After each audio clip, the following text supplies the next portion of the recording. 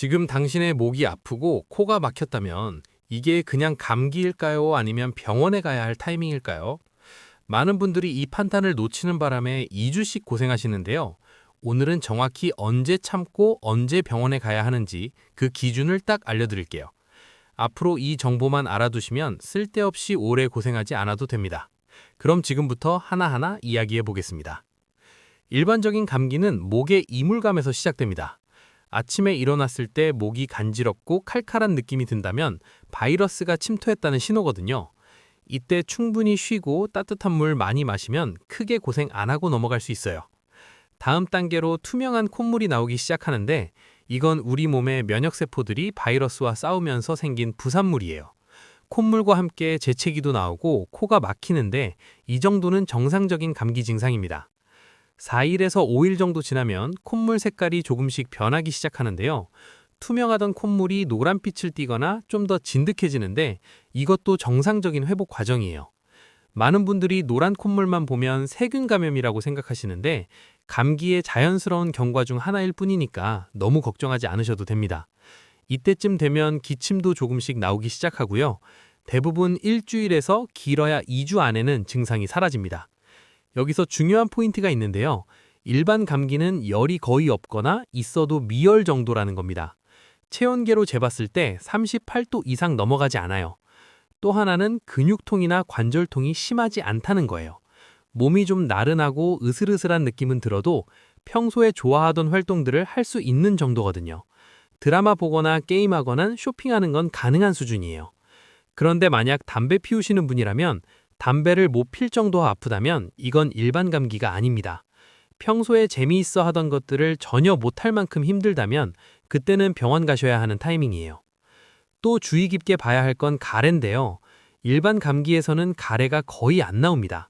가래는 폐나 기관지 쪽에서 염증이 생겼을 때 나오는 거거든요. 만약 가래가 나온다면 바이러스가 더 깊숙이 내려갔다는 뜻이니까 진료를 받으시는 게 좋습니다. 콧물 색깔도 잘 살펴봐야 하는데요. 노란색은 괜찮지만 진한 녹색이나 갈색을 띈다면 세균 감염 가능성이 높아서 항생제 치료가 필요할 수 있어요.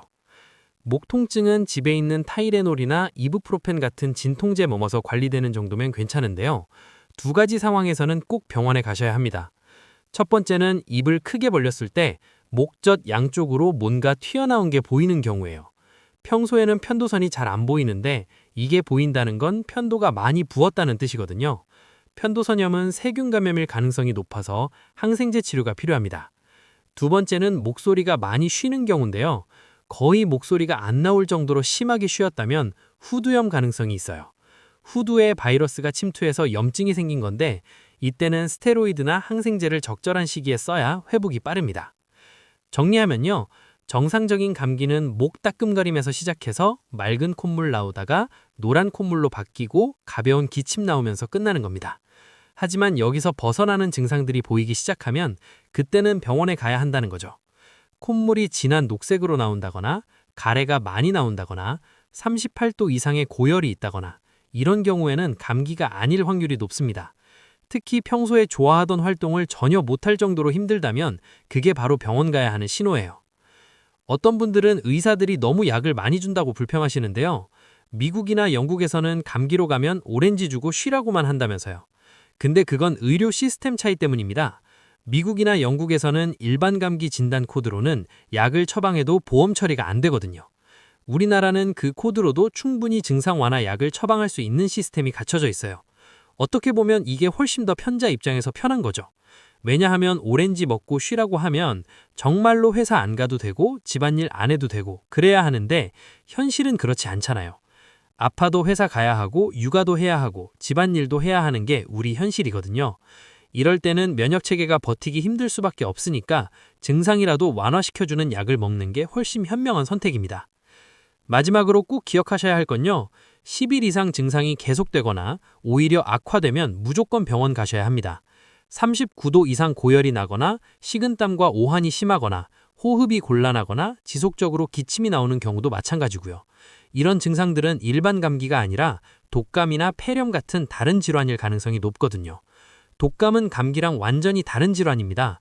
감기가 심해져서 독감이 되는 게 아니에요. 원인 바이러스 자체가 다르고 증상도 훨씬 심하죠. 독감은 갑자기 38도에서 40도 사이에 고열이 나면서 온몸이 쑤시고 아픕니다. 감기처럼 서서히 진행되는 게 아니라 어제까지 멀쩡했다가 오늘 갑자기 확 아픈 식으로 증상이 나타나거든요. 결국 핵심은 일반적인 감기 경과를 알고 있으면 내가 지금 정상 범위 안에 있는지 벗어났는지 판단할 수 있다는 거예요. 목 간질간질해서 시작해서 맑은 콧물 나오고 노란 콧물로 바뀌고 가벼운 기침 나오면서 1주일에서 2주 안에 끝나는 게 정상이고요. 여기서 벗어나는 순간 그게 바로 병원 가야 할 타이밍이에요. 평소 좋아하던 걸 못할 정도로 아프거나 가래가 나오거나 고열이 나거나 목소리가 심하게 쉬거나 편도가 부었거나 이런 증상들 보이면 망설이지 말고 병원 가시면 됩니다. 언제 찾아올지 모르는 감기로부터 모두 건강하게 잘 지내시고요. 감기 걸려도 적절한 타이밍에 관리하셔서 오래 고생 안 하시길 바랍니다. 이상 오늘도 알쓸별잡이었습니다.